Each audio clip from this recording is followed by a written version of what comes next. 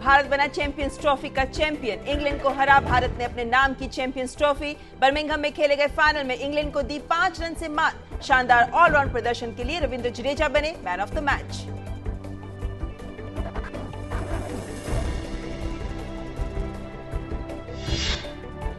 उत्तराखंड में केदारनाथ क्षेत्र के जंगल चट्टी क्षेत्र में फंसे सभी लोगों को सुरक्षित निकाला गया।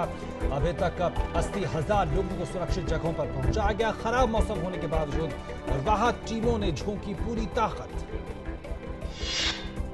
उत्तराखंड में बारिश से प्रभावित क्षेत्रों से कल 12,000 तीर्थयात्रियों को बचाया गया। दुर्गम क्षेत्रों में फंसे लोगों को निकालने के लिए हर संभव प्रयास जारी। 22,000 लोग अभी भी फंसे हुए।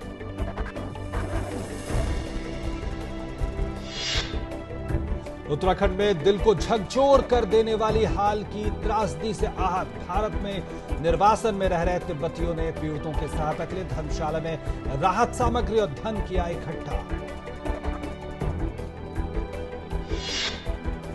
वित्त मंत्री पी चिदम्बरम ने कहा, विकास के लिए कोयला और लौह अयस्क जैसे खनिजों का खनन जरूरी। चीन ने तेज विकास इसीलिए हासिल की क्योंकि उनकी सोच और नजरिया विकास के प्रति अनुकूल है। कर्मचारी भविष्य निधि संगठन द्वारा वित्त वर्ष 2013-14 में भी अपने 5 करोड़ अंशधारकों को भविष्य निधि जमा पर 8.5% की ब्याज जारी रखने की संभावना। इससे पहले वित्त वर्ष 11-12 में भविष्य निधि पर 8.25% ब्याज दिया गया। केंद्रीय अन्वेषण ब्यूरो को अधिकार सौंपने के लिए गठित मंत्रियों का समूह अपने शपथ पत्र को आज देगा अंतिम रूप, जिसे जल्दी उच्चतम न्यायालय को सौंपा जाएगा। –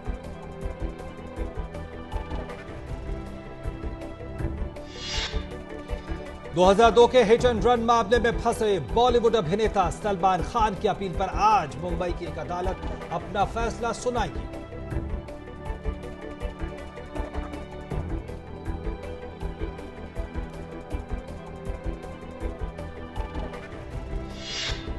गाजियाबाद में सीबीआई की एक विशेष अदालत आरुषि हेमराज हत्या मामले की सुनवाई आज फिर से करेगी शुरू। इससे पहले न्यायालय ने तलवार दंपत्ति की उस याचिका को निरस्त कर दिया था जिसमें उन्होंने इलाहाबाद उच्च न्यायालय के आदेश के विरुद्ध अपील करने के लिए 10 दिन का समय मांगा था। पाकिस्तान अधिकृत कश्मीर में गिलगित स्काउट अर्धसैनिकों की वर्दी में आए बंदूकधारियों ने 9 विदेशी पर्यटकों और एक पाकिस्तानी की गोली मारकर हत्या कर दी। तालिबानी गुट ने ली है इन हत्याओं की जिम्मेदारी। सहारा की कंपनियों के विभिन्न बैंक खातों में मौजूद लगभग 23 करोड़ रुपए किए जब्त। सेबी ने 28 करोड़ रुपए के निवेश दस्तावेज और 52 करोड़ रुपए की संपत्ति भी की जब्त।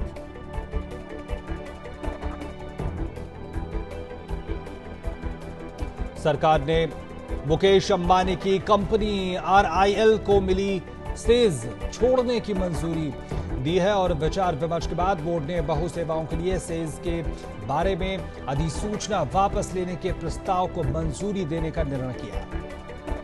अमेरिकी विदेश मंत्री जॉन कैरी 3 दिनों के भारत दौरे पर पहुंचे नई दिल्ली। भारत और अमेरिका के बीच चौथी बार सामरिक मुद्दों पर होगी बातचीत। राष्ट्रपति बराक ओबामा के दूसरे कार्यकाल के दौरान दोनों देशों के बीच पहली बार होगी उच्च स्तरीय वार्ता।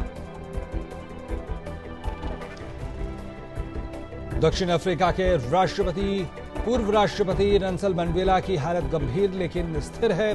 फेफड़ों में संक्रमण से पीड़ित मंडेला को तीसरी बार अस्पताल में भर्ती करवाया गया।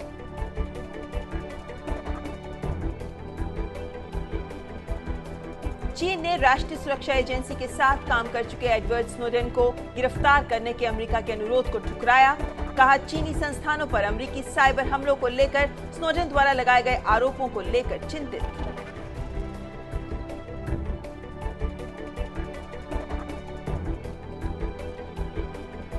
ब्रिटेन में पढ़ाई और नौकरी का सपना देख रहे भारतीयों को अब वीजा के लिए ज्यादा रकम चुकानी पड़ सकती है। गृह सचिव थेरेसा ने एशिया और अफ्रीकी देशों से आ रहे आव्रजकों से वीजा शुल्क के साथ करीब 2.4 लाख रुपए का नगद बॉन्ड भरवाने की बात कही।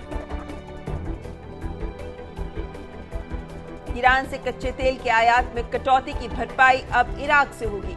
इराक ने भारत की जरूरत पूरी करने के लिए भरपूर कच्चा तेल देने का किया वादा। भारत ने ईरान से तेल आयात में करीब 40% कटौती की बनाई योजना।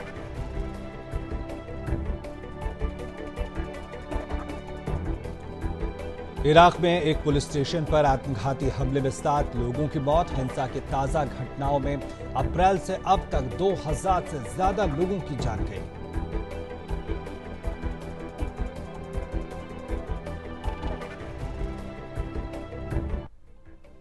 राष्ट्रपति द्वारा प्रदर्शनकारियों की मांगों पर विचार करने और हिंसा थामने की कोशिशों के बावजूद ब्राजील में नई झड़पों की खबर।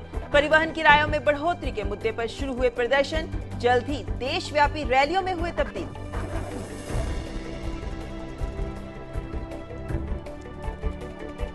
पाकिस्तान के प्रधानमंत्री नवाज शरीफ देश में आतंकवाद का खात्मा चाहते हैं। इसके लिए उन्होंने प्रशासन के सभी अंगों से सतर्क रहने और प्रभावी समन्वय के साथ आधुनिक नीतियां अपनाने के लिए कहा।